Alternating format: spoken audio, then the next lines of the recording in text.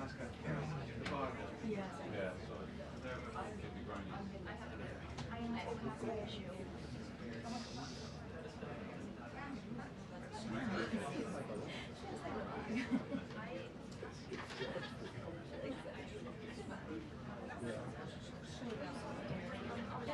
Oh, I'm sorry I didn't see that.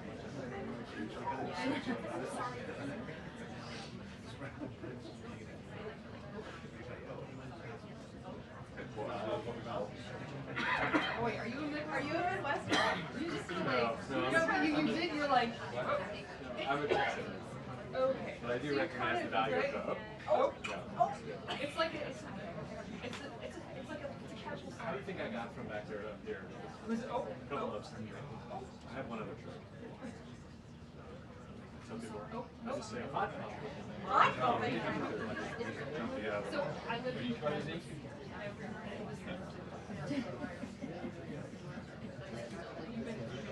Okay, you know, like everybody's on top. Oh yeah. That's just the way it is. Hey, there's no there. There's no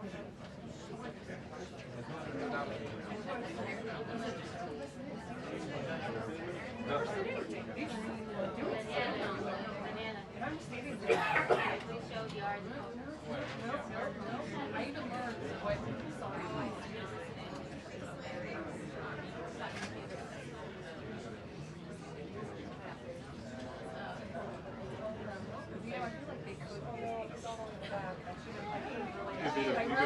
I should have like Cultural gift.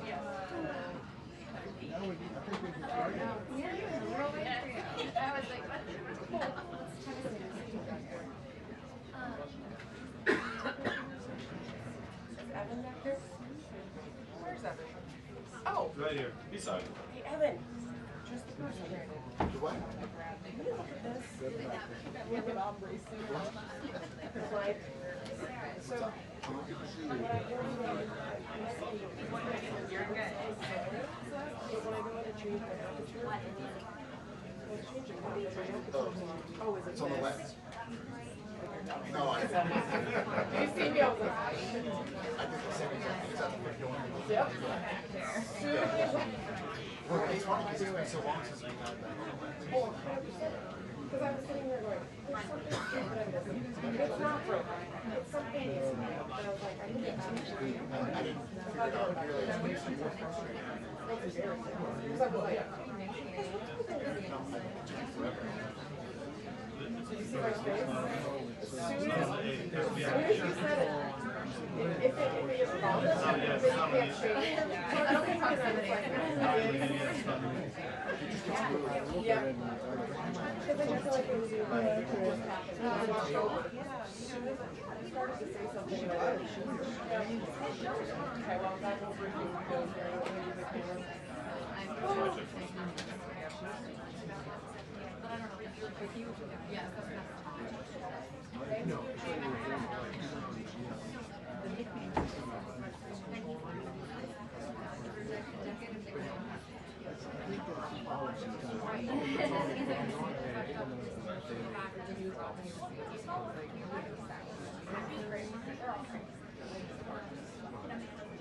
I know I do.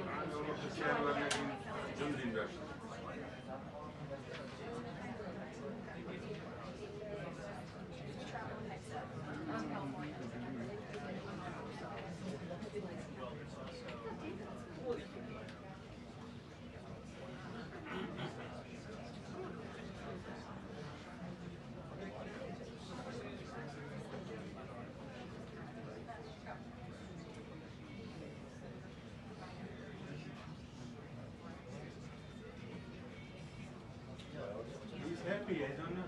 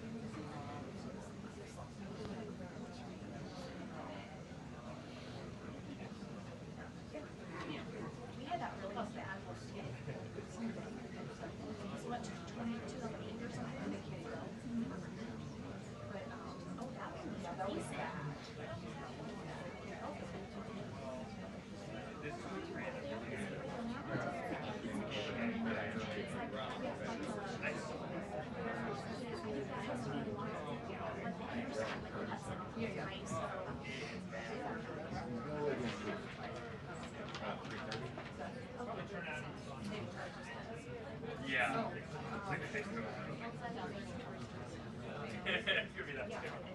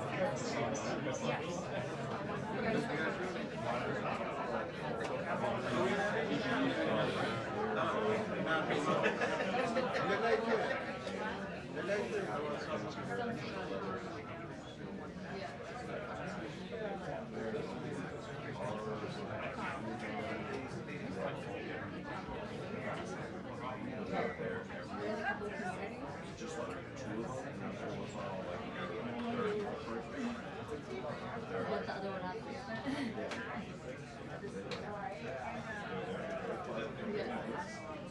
Are they actually?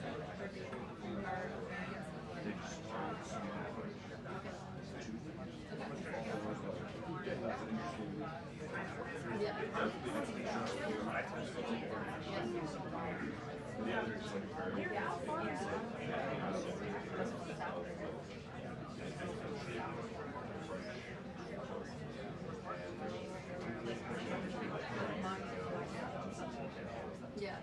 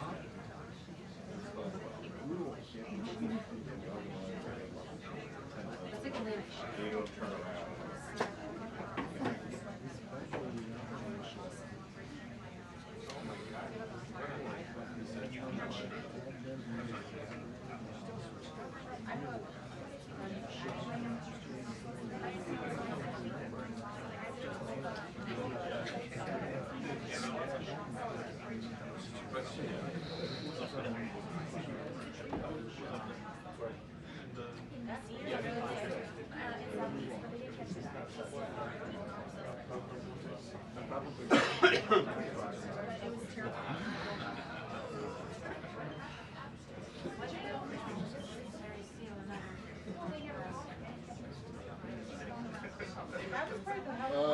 exactly. Oh, so much is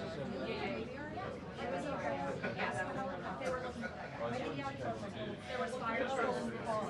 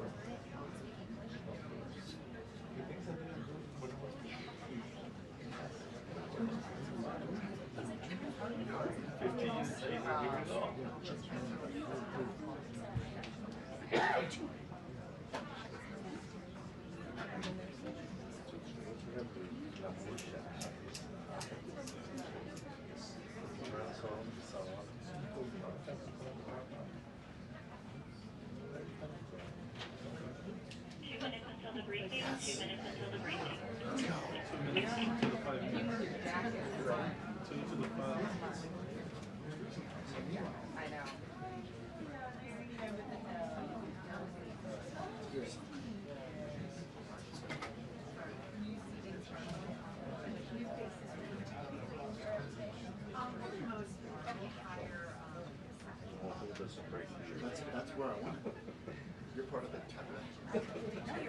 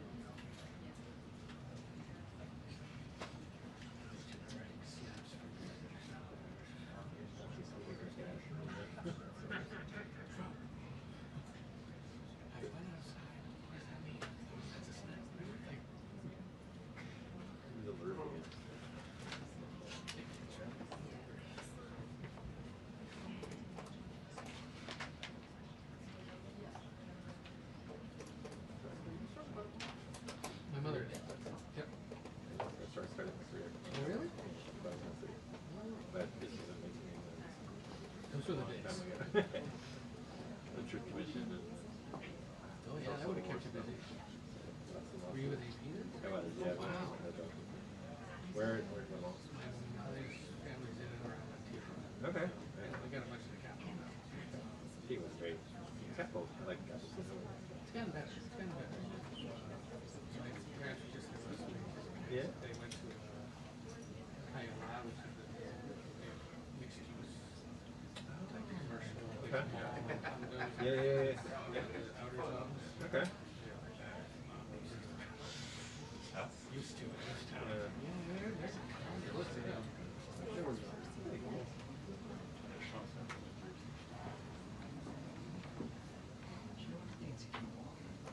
About that. How's your dad? It's good. He's good. How's everything? We're still married. I used to call him, I used to be sitting and be like, we're in the car, we're trying to run looking for mass graves. Maybe we'll just try. Maybe we won't. They're like, okay, don't crash into anything. You never know. I mean, I like made it funny, but the story was watch it. someone was like, Your wife I ended back in Michigan. I was last there, whenever that election when Rio's mom like tried to run, and he had that, he raised like a mob. I think it might have been just 6. Yeah, but it's been a long time. I used to go back, like, I went back to school. We try to go every other year. Yeah. There last April. Okay. Because my mother's the type of scientist. Yeah, of course. For my kids, it's fun to see it. But now that they're older, they're going to college. Oh yeah. Jungle. Fair enough. You calls on the first 4 times. Maybe? Well, I only That been, looks good. I went to those in like middle school. I took my then girlfriend, my wife, years ago. 20 years ago. I wonder if they've done more, like they've excavated now. It's the same. It's like one of the world's like most untapped treasures. Yeah. And they can't, because of their agency, because of like instead they just do natural records, geomap could be there. See, that was We'll dig right. it up and figure out It's if like, it is there. it's a giant hill. It's got to be something, but no, just leave it. Well, somebody's gonna have to do something. Because when they do, it's gonna put Egypt to shame. Part of me thinks that's what happened. Isn't ready for what they might have. Right. But there's also like kosher and Yes. there's all sorts. I mean, I guess security. yeah, maybe not technology, but some of the other ones. Yes, because you never know what you're going to do. So that's a pretty good profile. It's really cool. But it's funny when I was studying. I realized Tebow was made for Kerry Minister. I was made for Tebow here. Tebow was made years ago. And like Yeah. any of this It's true. just can't. That's a good point. Have they exploited it? Okay. Less expensive. Beaches and resorts would keep that fun.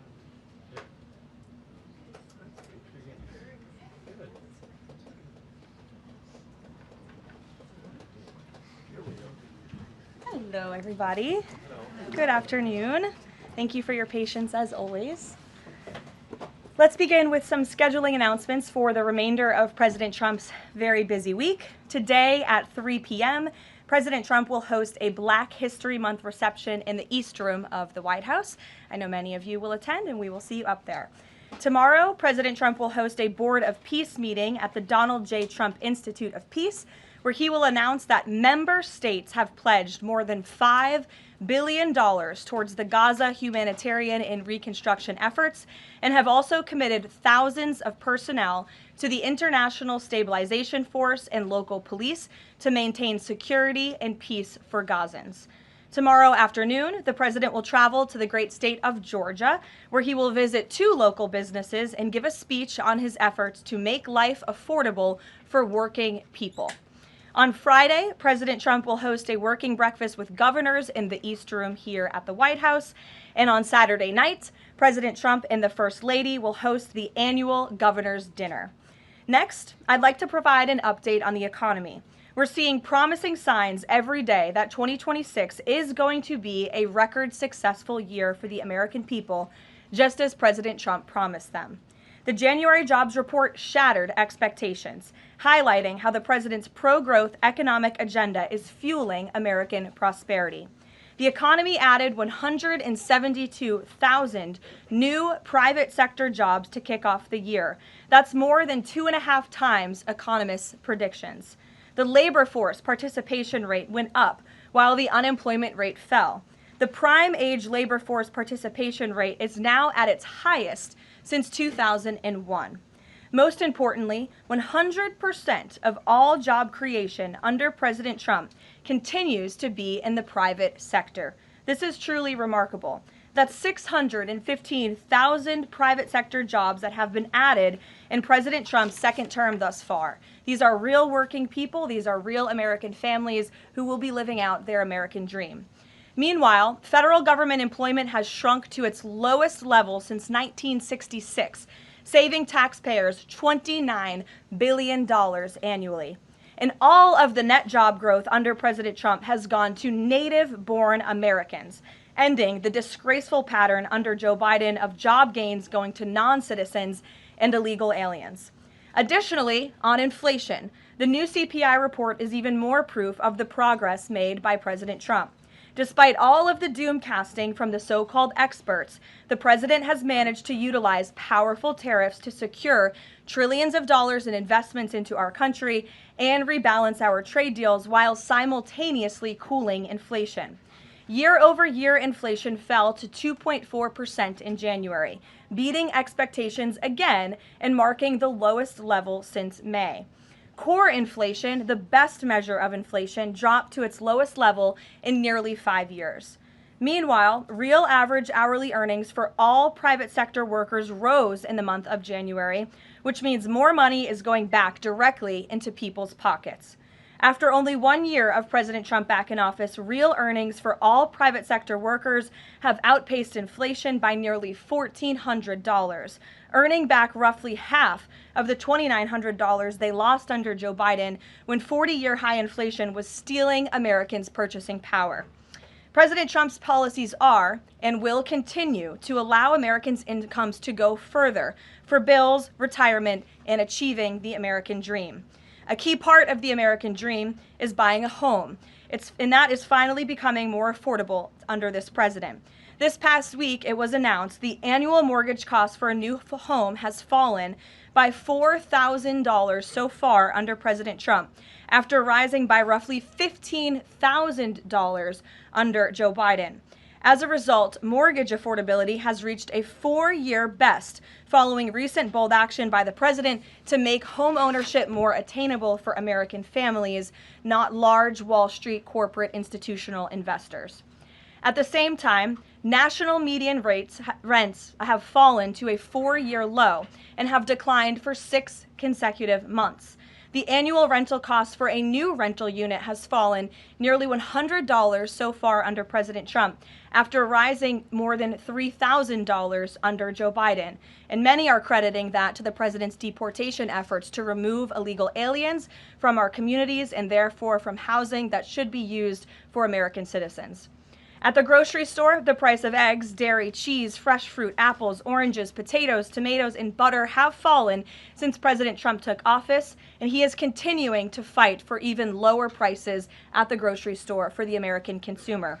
At the gas pump, fuel prices are down by almost 10% over the past year. The average national price for a gallon of regular gas is now less than $3 and is approaching $2.70 in some states, and much lower than that in many states across the country as well. We've seen in several states gas is under $2 a gallon.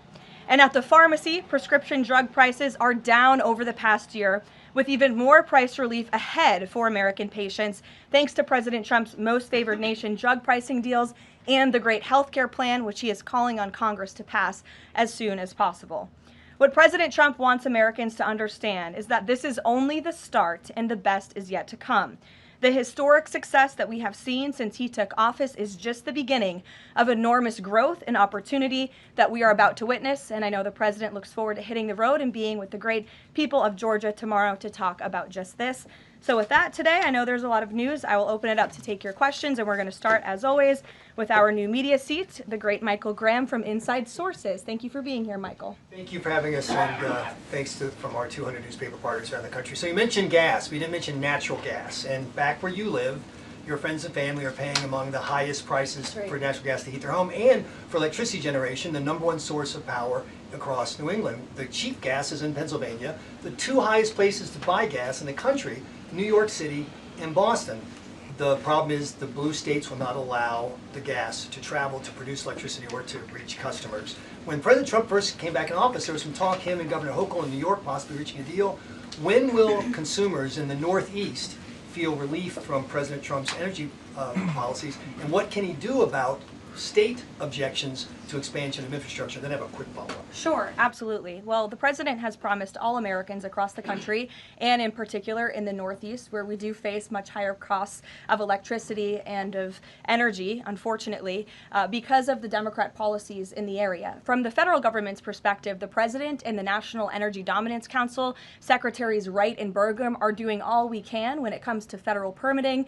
The drill baby drill agenda is obviously underway. The president has made a huge push for more fossil fuels in this country. You look at what he did last week with respect to coal. Coal truly keeps the lights on in this country. We learned that in the recent winter storms. However, there's only so much that can be done at the federal level. That's why the president has called on blue state governors to participate in this energy dominance agenda, including governors in New England and the Northeast, by contacting Governor Hochul directly to get this Constitution pipeline underway. This is not only going to bring down the cost of energy in the Northeast, it's also going to support job growth and energy affordability and more opportunity for workers in the Northeast. And I just have a quick statistic here on energy that I found fascinating, and it's obviously true because I'm saying it up here. Red states with Republican legislatures currently enjoy lower average retail electricity prices than blue states with Democrat legislatures. And that's exactly why the president is calling on all blue state governors across New England and the Northeast to get on board. Let's bring prices down for all Americans, whether they live in a red or a blue state. So right down the street from your alma mater, San Antonio College, you talk about building an ICE facility that's causing a lot of political agita in New Hampshire, and for the Republican governor, Kelly Ayotte. Seems to be some miscommunications argued on both sides. Even Republican supporters of Trump who live in the town say, we're not sure we want this. What's your message to the folks in New Hampshire about this proposed ICE facility? The message is that illegal immigration, while the border is secure, is still a problem across our entire homeland. And the previous administration allowed nearly 20 million illegal aliens from countries all over the world into our country. And the president and Secretary Noem have done a phenomenal job at deporting. Nearly 3 million illegals have left the country either through deportation or self-deportation over the past year. But obviously there are a lot more illegal alien criminals left in our homeland. That includes in New England. There are many within our communities in New Hampshire, in Maine, and definitely in Massachusetts and in the Boston suburbs that need to be arrested, detained, and deported back to their home countries. And so the president and Secretary Noem, and I know ICE are engaged with local governors across the whole country, including in New Hampshire, to open more detention facilities. This is an unfortunate consequence of the previous administration's border invasion that the president has thankfully put a stop to, but of course we still need to grapple with the illegal alien criminals who are here, and that requires more detention space. Thank you, Michael.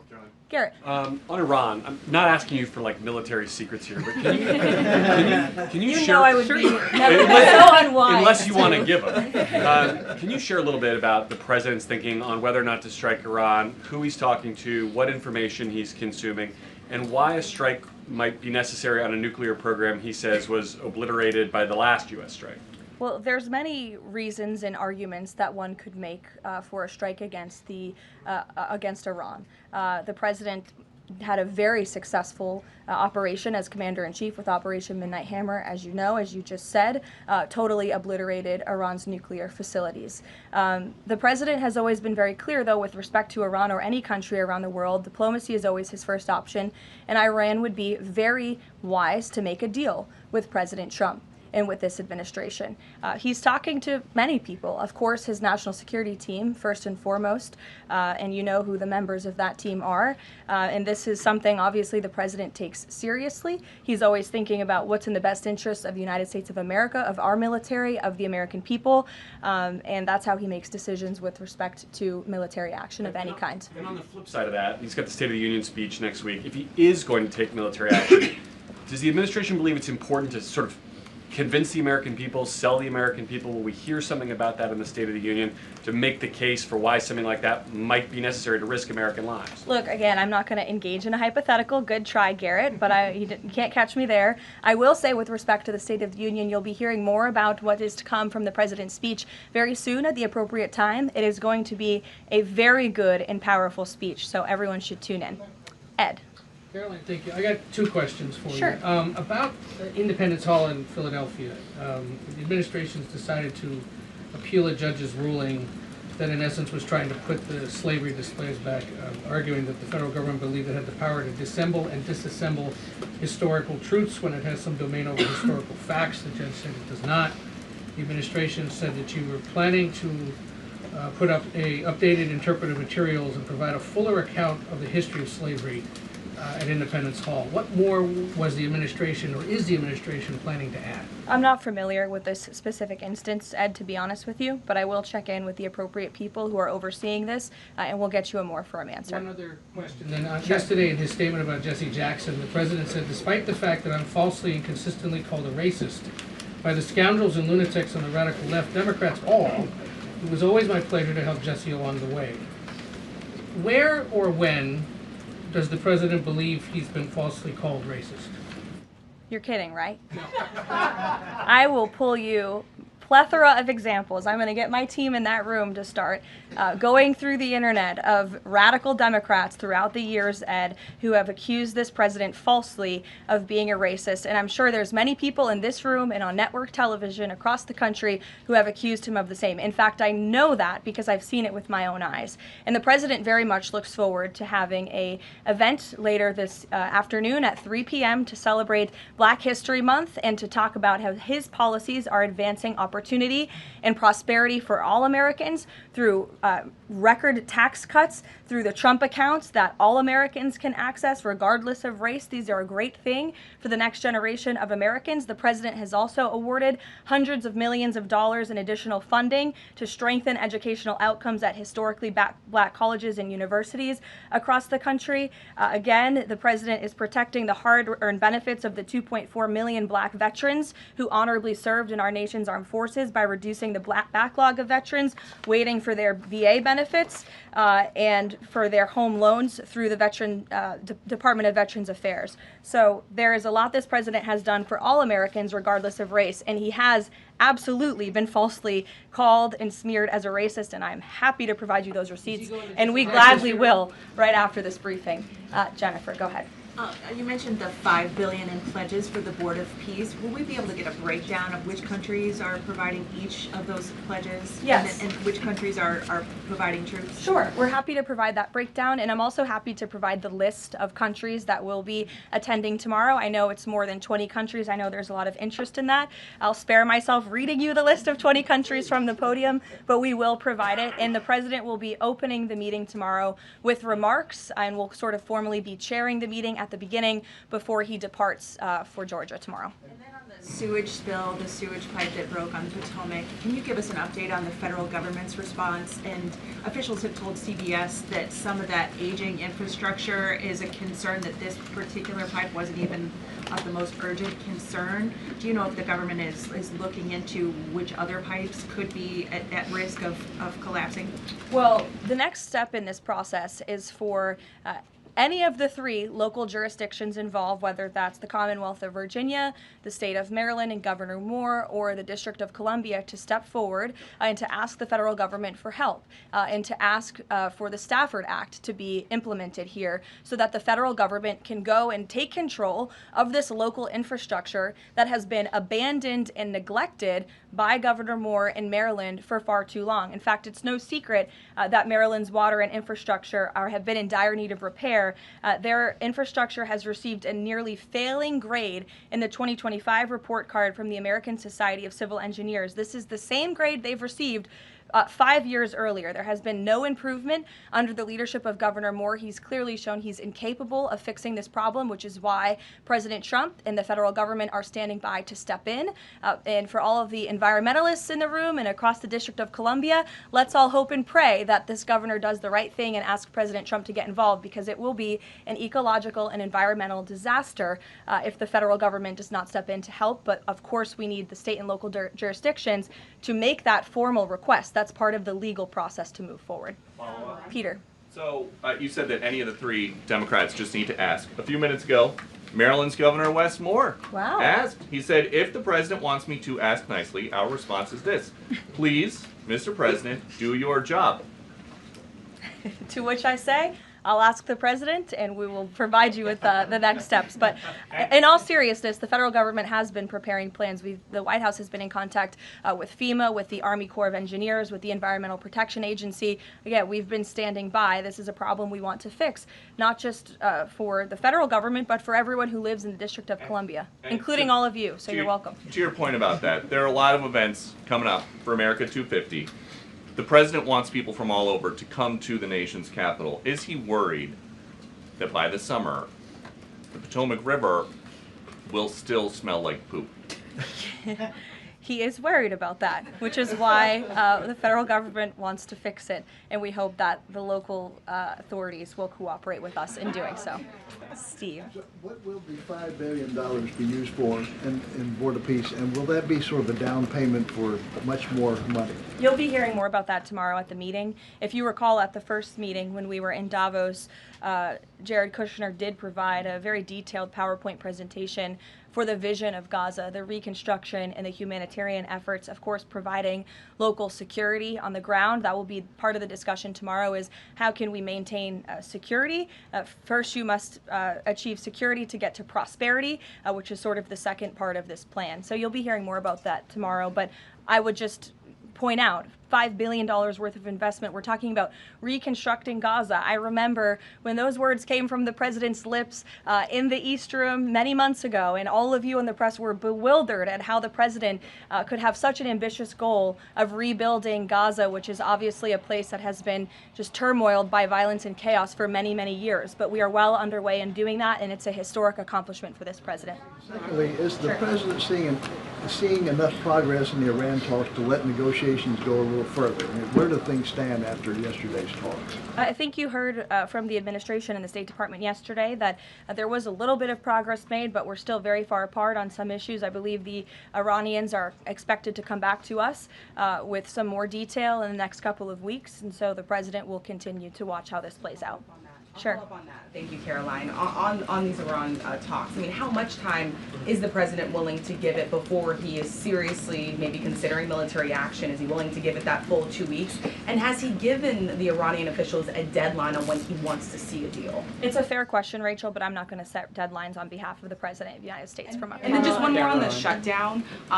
We're now in this partial shutdown over DHS funding. Has the president personally spoken to the Democratic leaders in Congress? Can we expect to see them at the White House to try to make a deal on this? Not to my knowledge, he hasn't had any direct conversation or correspondence with Democrat lawmakers recently. It doesn't mean he's not willing to. I'm just not aware of any conversations that have taken place. I do know the White House and the president's representatives have been in direct conversations with both Democrats and Republicans, but of course, Democrats are the reason that the Department of Homeland Security is currently shut down. They have chosen to act against the American people for political reasons, and now we have FEMA workers, the men and women of the United States Coast Guard, men and women of TSA who keep our airports moving, who will be working without paychecks for no good reason other than the Democrats wanting to pick a fight with Donald Trump. And the president thinks that is irresponsible and despicable. He wants the government to be open. We've been engaged in good faith negotiations with the Democrats. Last night they sent over a counter proposal that frankly was very unserious, and we hope they get serious very soon because Americans are going to be impacted by this. Sure. Thanks, Caroline. President Trump has talked about a forthcoming executive order on voter ID. Is there more details you can provide about for that? And can you talk about any steps that you're taking to overcome court challenges that you've kind of faced in this area before on voting? Well, as the president said in that Truth Social post, he's discussing and exploring legal options for a potential executive order with respect to voter ID, but this is something he's made very clear he wants Congress to get done. The Save America Act is a common sense piece of legislation that has now passed the House of Representatives to ensure that voter ID is a requirement in the United States of America.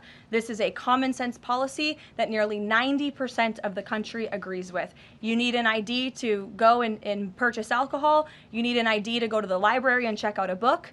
And so the president thinks you should have an ID to vote in our nation's elections. And I know the vast majority of Americans agree with him on that. And he wants Congress to move quickly to get it done. Sure. On Cuba, you know, it's increasingly being described as a humanitarian crisis. What is a successful outcome for the U.S. that the U.S. wants to see in Cuba? Is there anything less than regime change that would be considered success? I think, as Secretary Rubio has articulated and the president himself, we obviously want to see flourishing and prosperous democracies all over the world, especially in our own hemisphere. I'm not dictating any actions the United States may take to get there, but of course that's in the United States' best interest to have Cuba be a truly free and prosperous democracy. Unfortunately, right now, that is not the case. They are a regime that is falling, their country is collapsing, and that's why we believe it's in their best interest to make very dramatic changes very soon, and we'll see what they decide to do. Sure. Thank you so much. Following up on Gaza, this $5 billion, who exactly will be in charge of managing this money? Would that be the president himself making the final decisions on how these funds are spent? It will be the Board of Peace, which the president is, of course, the chairman of, but all of the member parties, I believe, will have votes on the funding. And then, of course, there is that technocratic layer underneath the official Board of Peace with the member countries that will be making decisions as well. So if you just go back and look at the first event that we had where we sort of unveiled the structure of the Board of Peace, that structure remains in place, and they'll be overseeing the funds that will be announced tomorrow for their reconstruction and humanitarian efforts. Sure. Another question on that Board of Peace announcement. You mentioned there will be the announcement of who comprises that International Stability Force. How soon will that force be deployed? And have all of the regional partners, all of the regional countries signed off on the makeup of that force? I don't have a timeline for you today, but again, I'm sure you'll hear more about this tomorrow. So you'll join us at the event. Deanna. Thanks, Caroline. Two questions. Sure. First, the president has talked a lot about housing affordability, and several countries that are facing housing shortages, including Canada, for example, have imposed a ban on non-citizens, like foreigners, from buying their houses. Do you know if that's a strategy that the president would be willing to deploy? Well, first of all, the president is obviously committed to deporting illegal aliens from our country and those who are not lawfully present in the United States, which he has done at a record pace, which has led to the falling of rents, as I pointed out in my opening remarks. Secondly, the president has recently announced that he is fighting for a ban on institutional investors and Wall Street billionaire corporations from buying up single-family homes that should be lived in his opinion, by American families. We know this is going to have a remarkable impact on the housing market and on prices and supply and demand for the American consumer and the American family. And then thirdly, the president is also expediting permitting as fast as we possibly can to build more homes, to increase supply, to obviously bring down the cost of home ownership and purchasing homes for the American people. And then also, as I mentioned as well, we do see mortgage rates falling. So all of this is combining to make housing more affordable in this country. There's still a lot more to do. The president is still digging his way out of the mess that was created by Joe Biden's administration in jacking up mortgage rates and jacking up housing costs. But we do see very positive trends in this direction. And the president wants the United States to be a nation of owners, not renters. He wants families to live in homes, not institutions and big corporations. Michael. Ukraine, Karoline. Secondly, on Ukraine, Sure. yesterday Zelensky said in an interview that he says that it's not fair that the president is saying that Ukraine has to make concessions. He's saying this publicly, and not Russia. Has the president seen these comments? And when the president says that Ukraine has to make concessions, is he referring to giving up Donbass? I think the president would respond to that by saying he does not think it's fair that thousands of Ukrainians are losing their lives, and Russians too, in this deadly war. And that's why the president and his team have committed a tremendous amount of time and energy in bringing this war that is very far away from the United States of America, but nevertheless, this is a president of peace. And so he's committed a tremendous amount of time and energy to bringing this war to an end. Just yesterday, there was another round of trilateral talks between the U.S., Russia, and Ukraine. There was meaningful progress made in both parties. Both sides agreed to update their respective leaders and to continue to work towards a peace deal together. So there will be another round of talks in the future, but I think the president views this entire situation as very unfair, not just for Russians and Ukrainians who have lost their lives, but also for the American people and the American taxpayer who were footing the bill for this war effort before President Trump put a stop to it. And I would just remind everyone around the world that the United States is still selling weapons to NATO that are then being sent to Ukraine in their defense of their freedom in their borders. Michael. Russia is reportedly joining Iran for joint naval exercises in the Gulf of Oman this week. Has the president issued any kind of warning to Russia or even China not to involve itself if the U.S. decides to strike Iran? Not to my knowledge, no, or not that I would dictate from this podium. I wouldn't reveal the president's private conversations with world leaders. With respect to that, again, when it comes to Iran, the president has a decision to make, and he will do that, and I'm not going to broadcast what that decision may be ahead of him. President Barack Obama, Karoline, was recently asked if aliens are real. He says they're real, but he hasn't seen them. The president's daughter-in-law, Lara Trump, told Miranda Devine of the New York Post that the president has a prepared speech on this issue that he prepares to deliver at the right time. Is that true? And does the Trump administration believe aliens are real? Well, a speech on aliens would be news to me. That sounds very exciting, though. I'll have to check in with our speech writing team. And that would be of great interest to me personally, and I'm sure all of you in this room, and apparently former President Obama, too. So we'll keep you posted on that. Tyler. The White House has touted an unprecedented amount of cooperation with counties in Minneapolis after the negotiations with Tom Homan. Are those written or verbal deals with the sheriff? How many have agreed to cooperate on immigration enforcement who previously refused to do so? Yeah, the last time I spoke with Mr. Homan, which was just a few days ago, he assured us that nearly every single county in the state of Minnesota has agreed to notify ICE when they are releasing criminal illegal aliens from their jails. This is an unprecedented level of cooperation that we have not seen. It has led to not only cooperation to detain illegal aliens in Minnesota, which just this past week I have looked looked at the list, they've detained some very heinous people who none of you would want living in your communities, but has also led to a much more calm situation on the ground. We've also seen, and you've seen this with your own eyes play out, the local police and the state police have now cooperated in the arrests of left-wing agitators and criminals who are unlawfully obstructing immigration enforcement in their efforts. So this is a huge win, and again, the president sent Mr. Homan to Minnesota to do a job, and he has done it well, and I think the situation on the ground proves that. Are those like written agreements that they've been signed by various officials in the state? These are agreements that have been made by state and local officials in the federal government, and we are seeing that cooperation play out every single day. These counties are notifying ICE when they are releasing criminal illegals from their jail, and we do know that they are arresting left-wing agitators who are unlawfully impeding law enforcement. There's video to show that show it yourself. You can view it with your own eyes. John. Thank you, Caroline. You mentioned two things: DHS closed and the SAVE Act IDs. Both of these could get solved in 15 minutes if Senate Leader John Thune simply got rid of this phony 60-vote cloture rule and got 51 votes, and that would be the end of it, because everyone in this room knows if the Democrats take over, they'll get rid of that rule in 90 minutes. They already tried it one time, and the two Democratic senators that stopped it are no longer there, Manchin and Sinema. President Trump is backing a lot of these senators for re-election, and yet they will not get rid of the 60-vote cloture rule, which is holding everything up. What is the president's position on John Thune in the Senate finally getting rid of this so this legislation can get moved? Well, the president has a good relationship with Senate Majority Leader John Thune. They keep in very close contact, and they work together all of the time. I hear your passion in your voice, and I know it's shared by many Americans across the country, including the president himself. He wants to see the SAVE Act voted, and he's expressed that both publicly to all of you, the American people, but also privately in his conversations with Senate Majority Leader Thune and many other members of Congress as well. Yes, Rav, go ahead.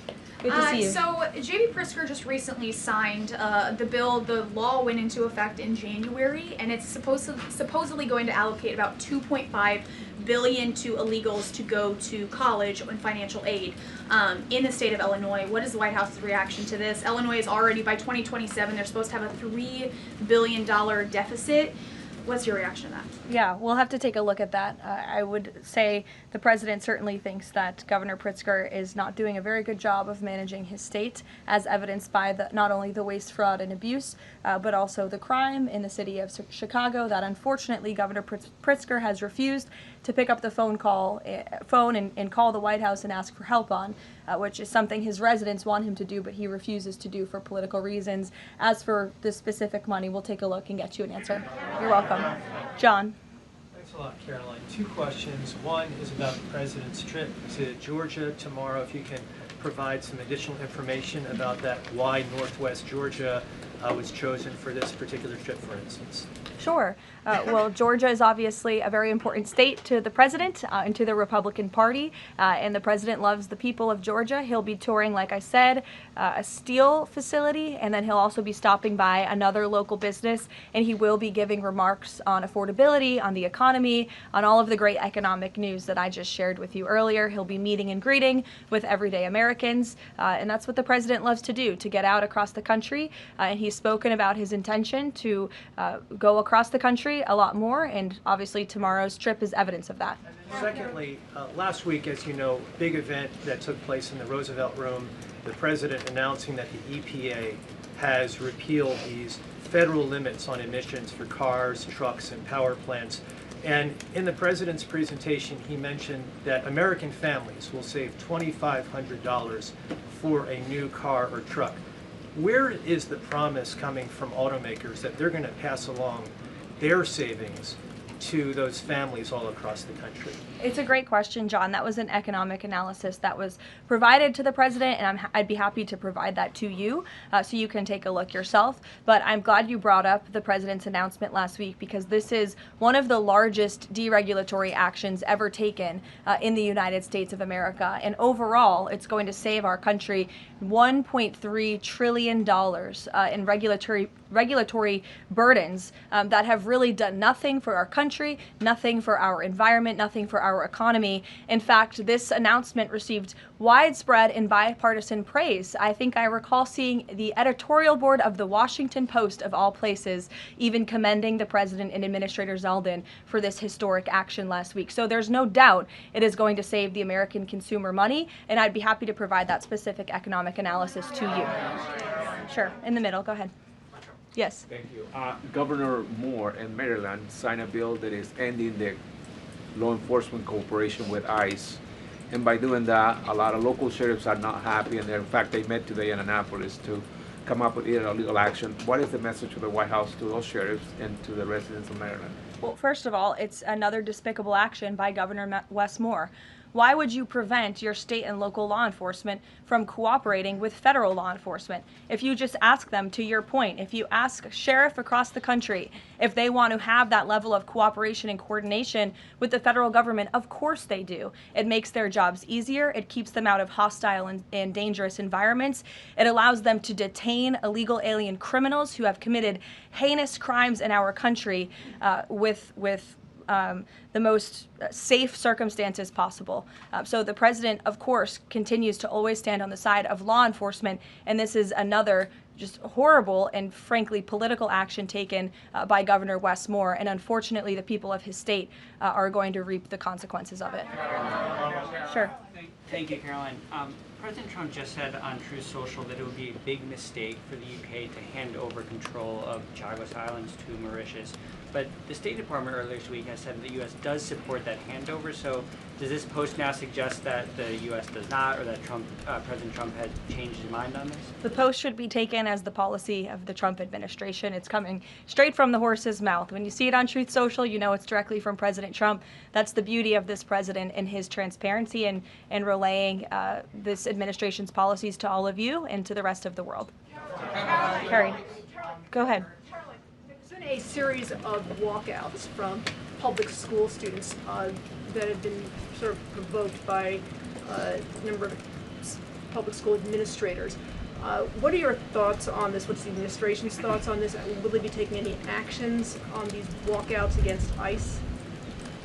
Look, I think obviously the president and the administration support the First Amendment rights of all American citizens, and if they're peacefully protesting, then that's their constitutional obligation and right and responsibility to do so.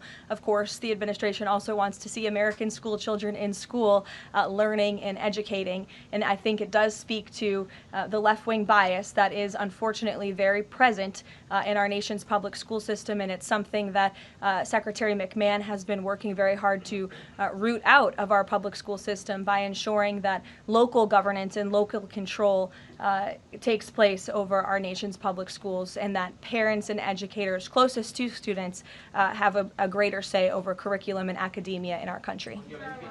Take a couple more. Go ahead. Thank you, Caroline.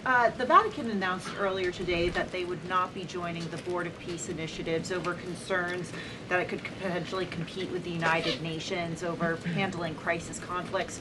What's the White House's response to that? Yeah, look, we saw that. I think it's deeply unfortunate. I don't think that peace should be partisan or political or controversial. And of course, the administration wants all those who were invited to join the Board of Peace to join. Because again, the Board of Peace is overseeing the reconstruction of a territory that has been plagued with violence, with bloodshed, with poverty for far too long. And this president has a very bold and ambitious plan and vision to rebuild and reconstruct Gaza, which is well underway because of the Board of Peace. This is a legitimate organization where there are tens of member countries from around the world, and we think that's an unfortunate decision. In the back, sure. For me? I'll go to both of you, sure. Okay. Go ahead, and then Jake, you can go. You're welcome. Caroline, can you tell me, is there an update regarding the tariff rebate checks that the White House has promised? I don't have an update for you on timeline, but I know that it's something that the president and his economic team continue to very seriously discuss. Thank you, Caroline. I've got two questions. First, does the president see some sort of religious or prophetic component to the unfolding developments in the Middle East?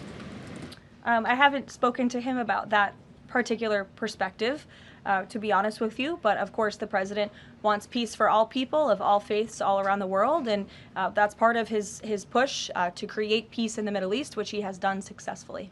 And my second question is, as his popularity rises around the world, and especially in regions where he's invested so much effort in promoting peace and ending wars, do you think we might be watching the emergence of a global MAGA movement? Is this something that the president has discussed at all? Well, I don't know, Jake, but I sure hope so. Take a couple more. Go ahead. Sure. I wanted to ask you about Iran. As the U.S. military builds up around Iran, is President Trump coordinating war plans with Israel so that if he does decide to strike, that Israel will be a part of those strikes? Look, I don't have any specifics on the president's recent conversations with Israel. As you know, Prime Minister Netanyahu was just here at the White House last week or the week before. But again, with respect to Iran, there was some progress made yesterday. There are still a lot of details to discuss, and we'll continue to see how this plays out. You know, the United States government, of course, is always in close communication and correspondence with the state of Israel, and that starts right at the top with the president and Prime Minister Netanyahu themselves. One more. Go ahead. Last week we saw the underlying affidavit for the search warrant that was executed in Fulton County, and there was not any mention in that document about foreign election interference in the 2020 election. I'm wondering if DNI Gabbard has uncovered that in Georgia or in Puerto Rico, where we know her team was sent as well. I don't have any updates for you on that today. I would defer you to the director's office herself. Sure. Two questions. One on the president's schedule today. It says he has signing time. What is he signing today? Are we expecting executive orders or actions? That's the first question. And then second, the Wall Street Journal is reporting that a U.S. arms sale package for Taiwan is in limbo. Can you just confirm this reporting / offer any additional comment? And how concerned is the administration that if an arms deal with Taiwan went through, that this could disrupt the China-U.S. Trade truce? Sure. Well, I haven't read the full Wall Street Journal report. I will just say with respect to an arms sale to Taiwan, I don't have any announcements or updates on that for you today. And to your first question about what the president will be signing, he will be signing an executive order, which you will all be hearing about later this afternoon, and you will see him in 1 hour at the Black History Month reception. We'll see you there. Thank you.